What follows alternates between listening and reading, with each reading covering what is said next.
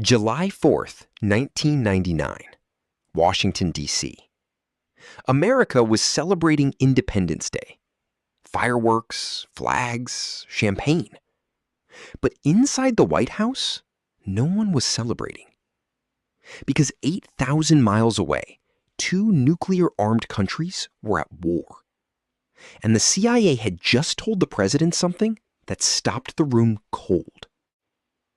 Pakistan may have been preparing nuclear missiles, not as a warning, as a plan. Clinton looked across the table at Pakistan's Prime Minister, Nawaz Sharif, and asked him one question. A question so serious, most officials were asked to leave the room first. Clinton, did you know what your own military was preparing to do? What Sharif said next changed everything. To understand why Kargil shocked the world, you need to go back just months earlier. February 1999. Indian Prime Minister Atal Bihari Vajpayee traveled to Lahore by bus. It was not just diplomacy. It was theater. It was symbolism. It was hope. Just 1 year earlier, both India and Pakistan had tested nuclear weapons. The world was nervous. South Asia had entered a new age, one where future war could mean mushroom clouds, not just tanks. So Lahore was supposed to calm everything. The two sides signed the Lahore Declaration. They promised peace, restraint, dialogue. But while the cameras captured those handshakes, something else was happening in the mountains.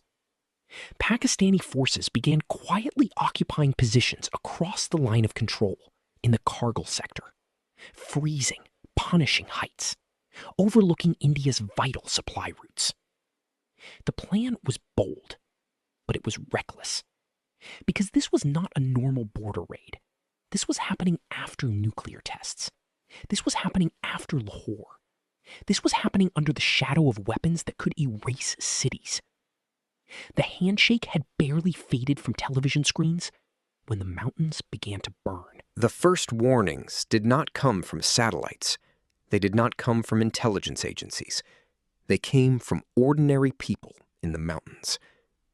Early May 1999. Suspicious movement was reported in the Kargil area. Indian patrols went to investigate. What they found was not a small group of militants hiding in snow. It was something larger, more organized, more dangerous. Positions had been occupied across the line of control. Bunkers had been prepared, supply lines established. Heavy weapons were in place. India first thought it was dealing with infiltrators, but as the fighting intensified, the picture became clearer. This was not just an infiltration. This was a military operation. And the terrain made it a nightmare. Indian soldiers had to climb upward, exposed, while the enemy fired from above. In Kargil, gravity itself became a weapon.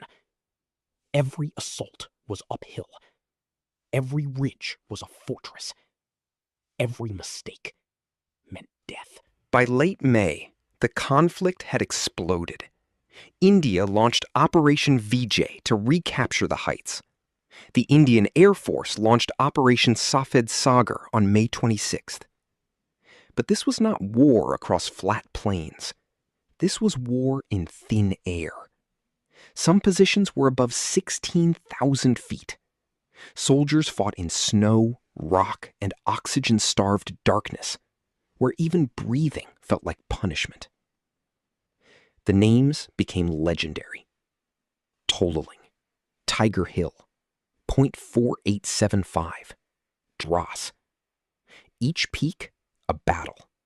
Each battle, a test of will. India's challenge was simple but horrifying. Climb into enemy fire, retake the heights, repeat, until it was done. But India held firm on one critical decision. It chose not to cross the line of control, not to expand into Pakistan's territory. That decision mattered more than anyone realized at the time, because the moment India crossed that line, Pakistan's fear of total conventional defeat would have risen dramatically. And that is where nuclear danger enters the story. Kargil was a limited war, but it was limited by choice. And every single day, that choice became harder to maintain. Why would Pakistan take such a risk? Here is the dangerous idea behind Kargil. Simple version.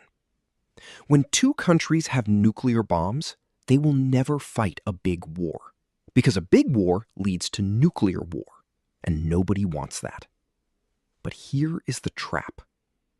Under that nuclear protection, someone might feel safe enough to start a small war, thinking, we won't go too far, they won't go too far. The bomb keeps it limited. Pakistan may have believed exactly this. India will not cross the border. The world will pressure for talks. Kashmir gets international attention. Clean plan. No total war. But the plan had one fatal flaw. Nobody told the mountains to stay limited. Nobody told the soldiers. And nobody asked, what happens when the small war starts going badly wrong? The United States didn't treat Kargil as a Kashmiri uprising. It increasingly saw Pakistan as the side that had violated the line of control. Pakistan expected pressure on India. Instead, pressure began falling on Pakistan. The plan had backfired, and the war was still raging. As Indian forces began pushing back, the war became more dangerous. Pakistan was taking losses. India was mobilizing. The world was watching. And then came the nuclear language. Pakistani officials made statements suggesting that if the conflict widened, Pakistan could use any weapon in its arsenal. That phrase mattered, because in 1999, everyone knew what any weapon could mean. Pakistan had tested nuclear weapons just 1 year earlier. India had done the same. The region was now armed with the most terrifying weapons ever built. Analysts later noted that this nuclear signaling appeared designed to warn India against expanding the war. Not a final order to fire, but a message, a threat, that things could go somewhere no one could control. This does not prove Pakistan decided to launch a nuclear weapon, but it proves something almost as frightening. Nuclear threats had entered the battlefield, and once that happens, everything changes. A shell is no longer just a shell. A troop movement is no longer just a troop movement. A rumor can become a trigger. A mistake can become history. By early July, Nawaz Sharif was in trouble. The battlefield was turning against Pakistan. Diplomatically, Pakistan was isolated. India was refusing to negotiate under military pressure. And inside Pakistan, the civilian government and military were not moving as one clean machine. So Sharif flew to Washington, July 4th, 1999, America's Independence Day. But for Clinton, this was not a holiday meeting. According to Bruce Riedel's account, Clinton's national security advisor, Sandy Berger, told the president, Sandy Berger, this could be one of the most important foreign policy meetings of your presidency, because the stakes could include nuclear war. Inside that meeting, Clinton demanded that Pakistan withdraw its forces from the Indian side of the line of control. Then most officials were asked to leave the room. Only Clinton, Sharif, and Riedel remained. And Clinton raised the nuclear issue directly. According to the Washington Post account, Clinton asked Sharif whether he knew his military was preparing nuclear-tipped missiles. Sharif reportedly seemed taken aback. He suggested India was probably doing the same. That detail is explosive, because it means one of two terrifying possibilities. Either Sharif knew, and the meeting was diplomatic theater, or Sharif did not know, and Pakistan's nuclear crisis was being shaped by military decisions beyond full civilian control. Both possibilities are frightening. One suggests deception. The other suggests chaos. Now, the question everyone asks, did Pakistan almost use the nuclear bomb? Here is the truth. Not the dramatic version, the real one. No public document proves Pakistan gave a final launch order. No confirmed report shows a weapon was armed and aimed the way a movie would show it. But here is what is confirmed. The CIA told President Clinton that Pakistan was preparing nuclear-capable missiles. Clinton's own national security advisor called this meeting, quote, one of the most important foreign policy meetings of his presidency. Bruce Riedel, who was physically inside that room, later wrote that Pakistan was flirting with nuclear war. Not dancing near it, not approaching it, flirting with it. And then, the moment that should terrify you more than any missile. Clinton asked Sharif directly, "Did you know what your own military was preparing?" Sharif, according to the account, appeared stunned. Think about what that means. Pakistan's own prime minister may not have known, which means this was not a countdown with a finger on a button. It was something far worse. A nuclear crisis with nobody fully in control. Under American pressure, Nawaz Sharif agreed to withdraw Pakistani forces from the Indian side of the line of control. This was the turning point. The decision was humiliating for Pakistan's leadership, but it reduced the immediate danger of nuclear escalation. India continued military operations to recapture remaining positions. By late July, the war was effectively over. But the cost was heavy. Soldiers died on both sides. Families received bodies. Governments traded blame. And Pakistan entered a political crisis that would reshape the entire country.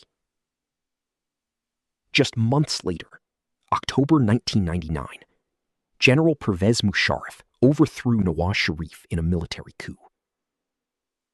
Kargil did not just damage Pakistan's international standing, it exposed a dangerous gap between civilian government, military planning, and nuclear risk. That may be the deeper story.